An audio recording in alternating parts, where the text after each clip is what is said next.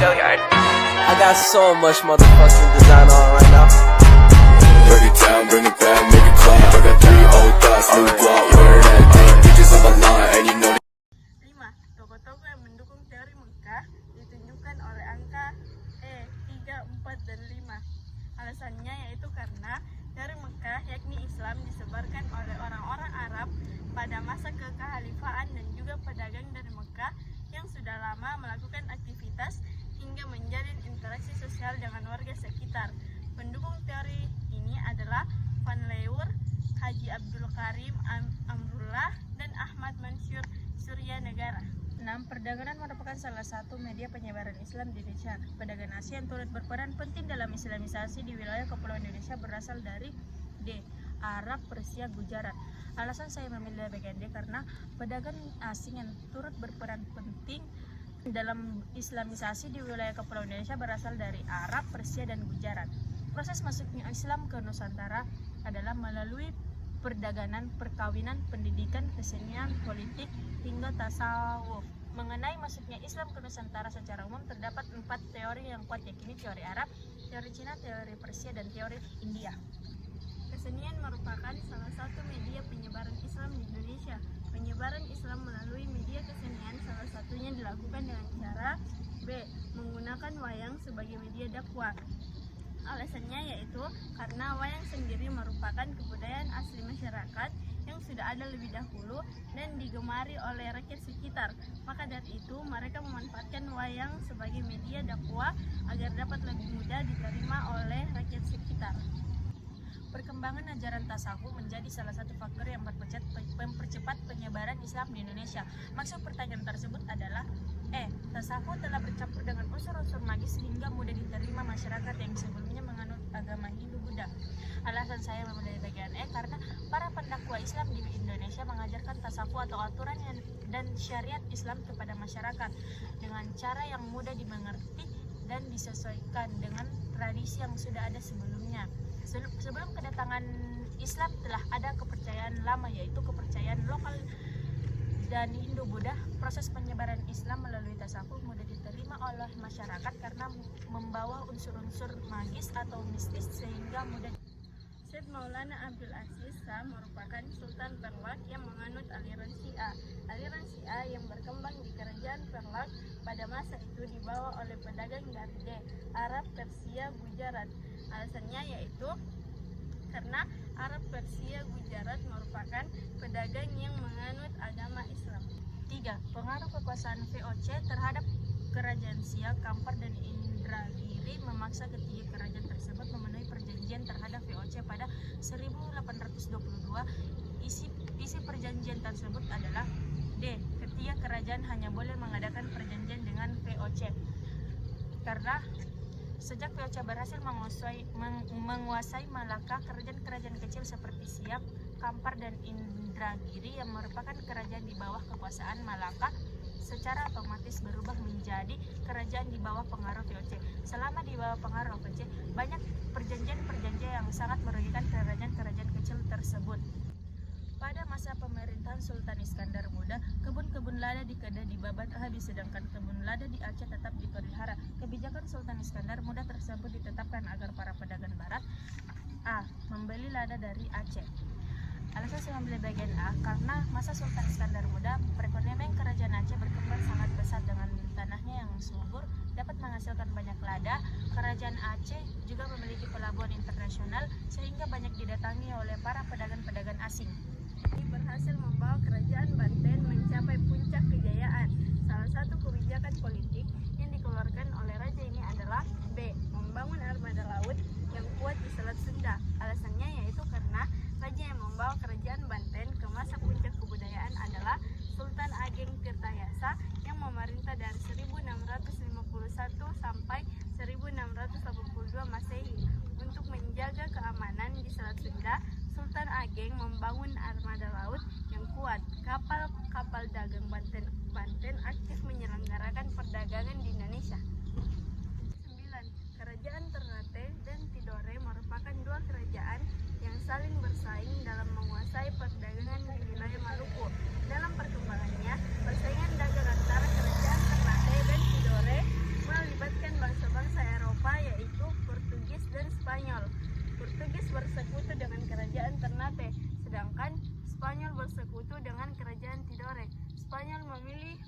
kerajaan Tidore sebagai sekutu karena A. Portugis telah bersekutu dengan kerajaan Ternate. Alasannya yaitu karena Portugis lebih dulu datang dan menjalin hubungan dengan Ternate. 10. Kerajaan-kerajaan Islam di Nusa Tenggara melakukan perlawanan terhadap VOC. Perlawanan kerajaan-kerajaan Islam tersebut terjadi karena VOC B. Memonopoli perdagangan di wilayah Nusa Tenggara. Alasannya yaitu karena adanya monopoli perdagangan serta tindakan kesewenang-wenangan dari VOC seperti membangun pusat perdagangan di berbagai daerah dan menguasai pelabuhan-pelabuhan serta mendirikan benteng untuk melaksanakan monopoli perdagangan. 1. Faktor yang mendorong perkembangan interaksi politik di Indonesia pada abad XFI ditunjukkan oleh angka D 2, 4, dan 5. Alasannya yaitu karena pada abad ke-14 muncul integrasi dan jaringan yang menyatukan Nusa Tenggara menjadi lebih luas dibanding masa sebelumnya. Hal tersebut dimungkinkan terjadi karena bahasa Melayu sebagai lingua franca, peran ulama dalam proses islamisasi, dan kemajuan perdagangan di wilayah kepulauan Indonesia. 5.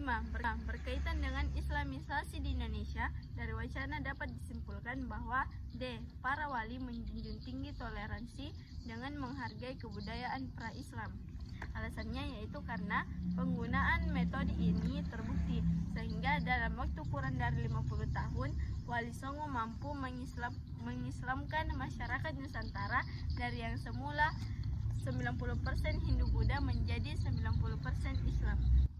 Tarekat Qadariyah merupakan salah satu tarekat yang memiliki pengaruh besar bagi islamisasi di Indonesia. Bukti yang mendukung pertanyaan tersebut adalah E. Tarekat Qadariyah tersebut di wilayah Sumatera dan Jawa. Karena tarekat Qadariyah banyak tersebar di berbagai wilayah Indonesia, dan Syekh Fansuri dikenal sebagai orang yang pertama kali menganutnya di Indonesia. Kemudian tarekat Qadariyah ini tersebar di wilayah Sumatera dan Jawa karena Syekh Fansuri sendiri berasal dari Sumatera. 8. Sejak tahun 151, kegiatan perdagangan berpusat di kota-kota pelabuhan seperti Aceh, Banten, Gresik, dan Makassar. Pemutusan kegiatan perdagangan di wilayah tersebut dilakukan karena E. Malaka yang menjadi pusat perdagangan Muslim dikuasai Portugis. Alasannya, pemutusan wilayah perdagangan Muslim ke Aceh dan pelabuhan besar lainnya di Indonesia diakibatkan oleh Malaka yang menjadi pusat perdagangan pedagang yang Muslim dikuasai Portugis. Keraton bercorak Islam biasanya dilengkapi dengan alun-alun utara dan selatan. Alun-alun selatan berfungsi sebagai C. Tempat penyelenggaraan upacara kematian. Beberapa keraton-keraton Indonesia biasanya didapat oleh dua alun-alun, yaitu alun-alun utara dan alun-alun selatan. Kedua alun-alun tersebut memiliki fungsi yang berbeda. Bagian utara digunakan sebagai tempat pertemuan masyarakat, sedangkan alun-alun selatan digunakan sebagai tempat untuk upacara kematian. 3. Pada masa perkembangan Islam, para seniman menyamarkan lukisan dan ukiran makhluk hidup dengan wujud berbagai hiasan. Upaya penyamaran tersebut dilakukan karena D. Ajaran Islam melarang penggambaran makhluk bernyawa dalam seni rupa, karena ajaran Islam melarang perkembangan manusia dan binatang dalam seni ukir, seni patung, dan seni lukis. Oleh karena itu, pada Islam para seniman menginspirasikan karyanya dengan melakukan penyamaran, menggambarkan objek berupa tumbuhan atau kaligrafi. 7. Sebagian besar hasil kebudayaan pada masa Islam merupakan alkulturasi kebudayaan Islam dan kebudayaan lokal di Indonesia. Alkulturasi kebudayaan tersebut dapat terjadi karena para penyebar Islam dan penduduk lokal Indonesia bersikap akomodatif dan proaktif. Alasannya, sikap polisi dan masyarakat ini menunjukkan jika mereka saling memahami dan menerima. Dengan demikian, alkulturasi kebudayaan Islam dengan kebudayaan yang sudah ada terjadi karena para penyebar Islam dan penduduk lokal Indonesia bersikap akomodatif dan proaktif. 5. Dasar pelaksanaan upacara adat yang tampak pada gambar adalah A. Penyesuaian terhadap ajaran Islam dalam Al-Quran mengenai penciptaan manusia. Alasannya yaitu karena upacara pernikahan dilakukan menurut agama yang dianut. Pada gambar tersebut nampak bahwa upacara pernikahan yang digelar bercorak Islam. 6. Unsur Islam dalam kesenian yang sesuai keterangan tersebut ditunjukkan dengan adanya D. dan Nabi Muhammad pada awal pertunjukan. Alasannya yaitu karena debus adalah salah satu kesenian yang juga bertujuan untuk menyebarkan ajaran Islam. 8. Dalam struktur feodal kerajaan-kerajaan bercorak Islam, golongan masyarakat biasa tidak dapat melakukan pergeseran kelas sosial karena masyarakat biasa tidak memiliki pertalian darah dengan golongan bangsawan. Alasannya yaitu karena pada konsep kerajaan Islam zaman dahulu diterapkan sistem feodalisme, yaitu feodalisme adalah legitimasi kekuasaan politik yang diberikan oleh rakyat kepada kalangan bangsawan untuk mengendalikan suatu wilayah, sehingga masyarakat yang tidak memiliki hubungan dengan golongan bangsawan akan kesulitan untuk menggeser status sosialnya. 9. Metode bandongan dalam pendidikan pesantren biasanya diterapkan pada jenjang pendidikan tingkat menengah dan tinggi. Kondisi tersebut terjadi karena penerapan metode bandongan membutuhkan fokus yang lebih tinggi dari para santri. Alasannya yaitu karena metode bandongan adalah metode transfer keilmuan atau proses belajar mengajar yang ada di pesantren yang mengajarkan khusus pada kitab kuning. Kiai tersebut membacakan, menerjemah dan menerangkannya, sedangkan murid santri menyimak dan mencatat penjelasan dari kiai. Maka dari itu membutuhkan fokus yang lebih tinggi dari para santri. Para wali memiliki peran penting dalam proses integrasi di Kepulauan Indonesia pada masa Islam. Pada perkembangan, para wali memiliki pengaruh politik sebagai penasihat kerajaan. Bukti yang mendukung pernyataan tersebut adalah pengangkatan Sunan Kudus sebagai panglima perang kerajaan Demak. Alasannya, salah satu bukti yang mendukung pertanyaan ini adalah Sunan Kudus pernah diangkat sebagai panglima kerajaan Demak. Dengan demikian, bukti yang mendukung para wali sebagai penasihat kerajaan adalah pengangkatan Sunan Kudus sebagai panglima kerajaan Demak. 2. Pada awal perkembangan Islam, Sunan Kalijaga memanfaatkan kesenian wayang sebagai media dakwah. Berdasarkan fakta tersebut dapat diketahui bahwa Sunan Kalijaga memanfaatkan tradisi lokal untuk menyebarkan Islam. Alasannya, pada awal perkembangan Islam di Indonesia, salah satu wali sanga yaitu Sunan Kalijaga memanfaatkan kesenian wayang sebagai media dakwah. Berdasarkan fakta tersebut dapat diketahui bahwa Sunan Kalijaga memanfaatkan tradisi lokal untuk menyebarkan Islam. Wayang adalah kreasi seni pertunjukan masyarakat Jawa kuno. 7. Bahasa Melayu telah berkembang di Kepulauan Indonesia sejak masa perdagangan kuno. Pada perkembangan Melayu memiliki peran besar dalam proses integrasi bangsa Indonesia pada masa itu karena menjadi bahasa pergaulan dalam aktivitas perdagangan. Alasannya, pada perkembangan bahasa Melayu memiliki peran besar dalam proses integrasi bangsa Indonesia pada masa itu karena menjadi bahasa pergaulan dalam aktivitas perdagangan. Bahasa Melayu diadopsi sebagai lingua franca para penyiar Islam, ulama, dan pedagang. 10.